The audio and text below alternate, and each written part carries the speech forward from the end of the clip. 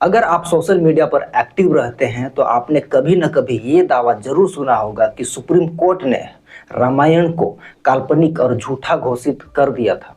और अंधभक्तों, आपको पता होना चाहिए कि सुप्रीम कोर्ट के मुकदमा नंबर 291/1971 16 सितंबर 1976 के निर्णय के अनुसार रामायण एक काल्पनिक ग्रंथ है। सच्ची रामायण वाल्मीकि या फिर तुलसीदास जी द्वारा रचित नहीं है। सच्ची रामायण वो जिसे पेरियार ईवी रामा स्वामी जी ने लिखा था, जिसका नाम रखा गया था the Ramayana a true reading. 1976 में सुप्रीम कोर्ट का वो फैसला जो लोग आज तक गलत तरीके से समझ बैठे हैं, आज हम इसकी सच्चाई जानेंगे। जोहार दोस्तों, मैं हूं इमरान हंसदा। कुछ लोग इस दावे को इतनी बार दोहराते हैं कि सुनने में ऐसा लगता है कि यही सच्चाई है, लेकिन एक ऐसी कहानी जिसमें एक किताब है, एक विवाद है, सरकारी प्रतिबंध है, हाई कोर्ट है, सुप्रीम कोर्ट है और आखिर में वो सच है जिसे बहुत कम लोग जानते हैं। दक्षिण भारत के एक समाज सुधारक और तर्कवादी नेता ईवी रामासामी पेरियार ने एक पुस्तक लिखी। पुस्तक का नाम था the Ramayana a true reading. Ramasamy Periyar का मानना था कि समाज में जिस रूप में रामायण को प्रस्तुत किया जाता है उसे चुनौती दी जानी चाहिए। उन्होंने इस पुस्तक में रामायण के विभिन्न पात्रों और घटनाओं की ऐसी व्याख्या की है कि पारंपरिक हिंदू भावनाओं से बिल्कुल अलग थी। रामासामी पेरियार ने भगवान राम के कई निर्णयों की आलोचना की है। उन्होंने भगवान राम को कपटी, घमंडी और निर्दोष लोगों पर अत्याचार करने वाला बताया है और सीता माता को चोर और चरित्रहीन बताया है। रावण को बुद्धिमान, वरदानी और बेहतर इंसान बताया और हनुमान और लक्ष्मण को साधारण इंसान बताया है।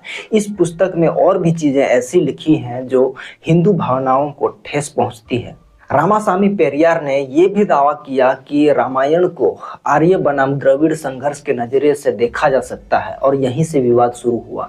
लेकिन असली बवाल अभी बाकी था। ईयर 1968 में उत्तर प्रदेश के सामाजिक कार्यकर्ता ललय सिंह यादव ने इसी पुस्तक को हिंदी अनुवाद में प्रकाशित किया। नाम रखा गया सच्ची रामायण। जैसे ही यह पुस्तक उत्तर भारत में पहुंची, विरोध शुरू हो गया। कई लोगों ने कहा कि इस पुस्तक में भगवान राम और माता सीता के बारे में ऐसी बातें लिखी हैं कि हिंदू धार्मिक भावनाओं को ठेस पहुंचती है। इसके बाद विरोध प्रदर्शन होने लगे और विवाद बढ़ने लगा। और फिर 8 दिसंबर 1969 को सरकार ने बड़ा कदम उठाया। सरकार ने पुस्तक पर प्रतिबंध लगा दिया और उस पुस्तक की सारी प्रतियां जब्त कर ली गई। सरकार का बयान था कि ये पुस्तक सामाजिक तनाव पैदा कर सकती है और धार्मिक भावनाओं को भड़का सकती है। अब यहाँ से कहानी अदालत पहुँचती है। ललय सिंह यादव ने इस प्रतिबंध को इलाहाबाद हाई कोर्ट में चुनौती दी। भारत देश के बहुत सारे लोग ये सोचते हैं कि अदालत में ये बहस हुई होगी कि रामायण सच है या झूठ, लेकिन ऐसा नहीं हुआ था। अदालत में बहस कुछ और थी। बहस ये थी कि क्या उत्तर प्रदेश की सरकार ने जो पुस्तक पर प्रतिबंध लगाया तो सरकार ने सही से कानून का पालन किया या नहीं। यूपी सरकार ने पुस्तक पर बैन तो लगा दिया, लेकिन क्या कारण थे? यही वो कारण यूपी सरकार दे नहीं पाई, जिसके वजह से इलाहाबाद हाई कोर्ट ने 1971 में सरकार के प्रतिबंध आदेश को रद्द कर दिया। लेकिन यहाँ ध्यान दीजिए, कहानी अभी बाकी है। इलाहाबाद हाई कोर्ट ने ये बिल्कुल नहीं कहा कि रामायण काल्पनिक है और ये भी नहीं कहा कि रामासामी पेरियार की पुस्तक सही है। अदालत ने बस इतना कहा कि सरकार ने जो पुस्तक पर प्रतिबंध लगाई वो प्रक्रिया सही से नहीं अपनाई। इसके बाद मामला सुप्रीम कोर्ट पहुंचा। यूपी सरकार वर्सेस ललय सिंह यादव। 16 सितंबर 1976 यही वो तारीख है जिसका हवाला देकर लोग आज भी सोशल मीडिया पर दावे करते हैं, लेकिन जब हम वास्तविक फैसला पढ़ते हैं तो चौंकाने वाली बात सामने आती है।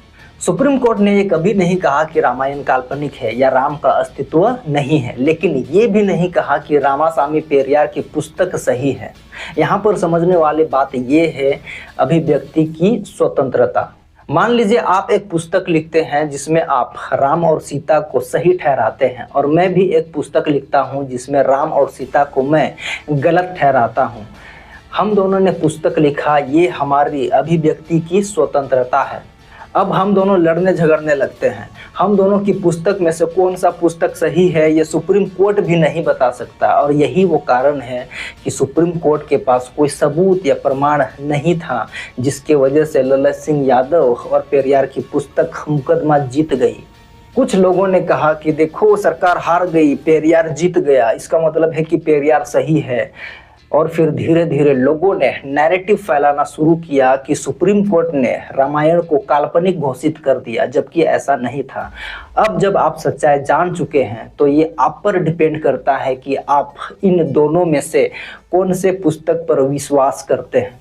अगर वीडियो इन्फॉर्मेटिव लगा हो तो चैनल को जरूर सब्सक्राइब करके जाइए।